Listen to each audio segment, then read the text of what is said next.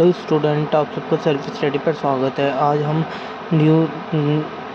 Second semester का पहला subject शुरू कर रहे हैं। Unit 1, unit 2, unit 3, unit 4, unit 5। इसमें 5 यूनिट्स हैं।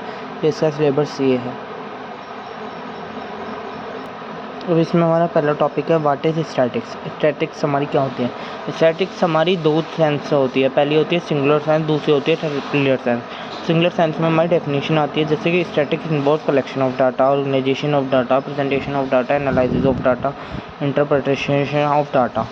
इन a pillar sense, in pillar sense में हमारा जो स्टैटिक्स होती है उसे हम क्या कहते हैं? डाटा का मतलब क्या होता है? Information collected for a purpose के लिए, किसी पर्पस के लिए इन्फॉर्मेशन कलेक्ट करना। वो हमारे दो टाइप्स के होते हैं, प्राइमरी और सेकेंडरी। प्राइमरी का मतलब होता है हम ओरिजिनली डाटा को कलेक्ट करना, और सेकेंडरी का मतलब होता है प्राइमरी को ही अगेन यूज़ करना। ये हमारा सेकेंडरी डाटा होता है। इसमें हमारा मोस्ट इंपॉर्टेंट क्वेश्चन क्या होता है? What is statics, scopes and limitations of statics and it's functions. ये सब कुछ हमारे इसमें पहला क्वेश्चन लगता है।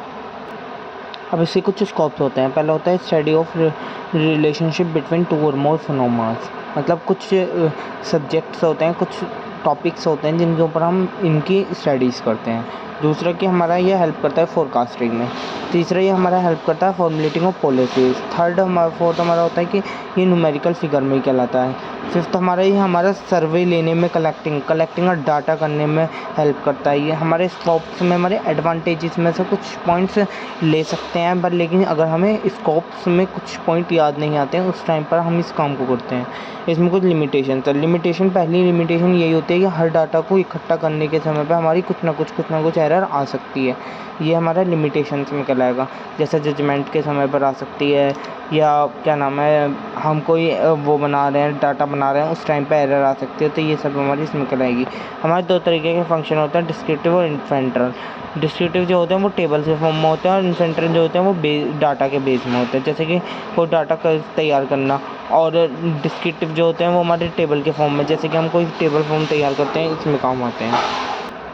अब इसके कुछ इंपॉर्टेंस होते हैं। इंपॉर्टेंस वही हो गई, पहला हो गया कि हेल्प करता है ये इन्फॉर्मेशन को लेने में, डाटा कलेक्ट करने में, इन्फॉर्मेशन कलेक्ट करने में। दूसरा कि हमें प्रोवाइड कराता है, हमें बेटर अंडरस्टैंडिंग्स प्रोवाइड कराता है पर्सन से।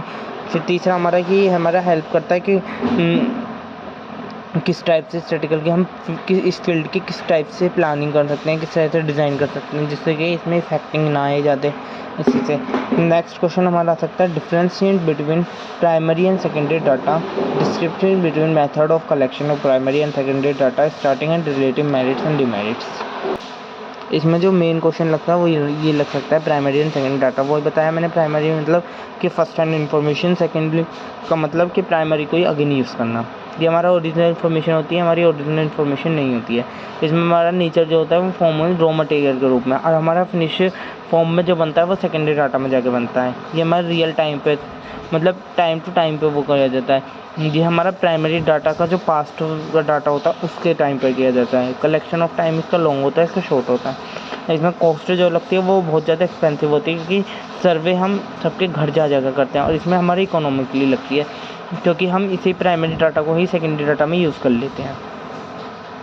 अब इसमें नेक्स्ट टॉपिक है सैम्पलिंग।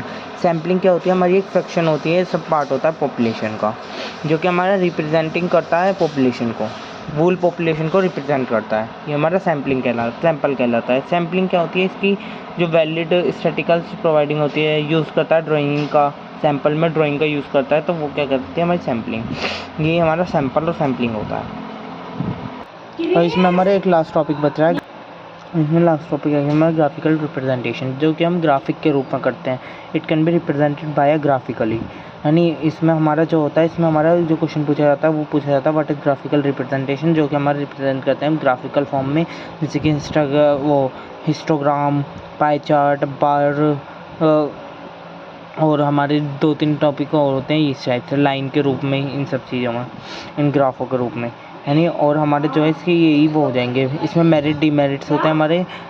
मेरिट डिमेरिट्स में जैसे मेरिट में ये हो सकता है डिसीजन मेकिंग लेने में हेल्प कर सकता है, ये हमारी कॉस्ट बियरिंग होने में कम कर सकता है, थोड़ा रिस्क कम कर सकता है, टाइम कंज्यूम कर सकता है हमारा थोड़ा सा, इन सब चीज़ों में काम करता है। डिमेरिट में हमारा क्या होता है कि हमारा इनमें कॉस्ट बहुत ज़्यादा लगती है, कॉस्ट इफ़ेक्टिव करती है, बहुत ज़्यादा रिस्क होता है, कॉस्ट इफ़ेक्टिव करती है। दूसरी कि हमारा कि इसमें रॉन्ग इन्फॉर्मेशन हो सकती है, रॉन्ग जजमेंट हो सकती है, ये सब चीज़ें हमारी कहेंगे डिमेरिट्स में। फॉर्म कौन सी हो गई, किस किस फॉर्म से यूज़ करा जाए, पाई चार्ट के रूप में, इंस्टाग्राम के रूप में, इंस्टाग्राम के रूप में, पाई चार्ट के रूप में, पाई लाइन के रूप में, इन सब, और क्या नाम है हमारा बार ग्राफ के रूप में, इन सब रूपों में हमारे इन फॉर्मों में हमारे यूज़ किया जाता है ग्राफिकल प्रेजेंटेशन को।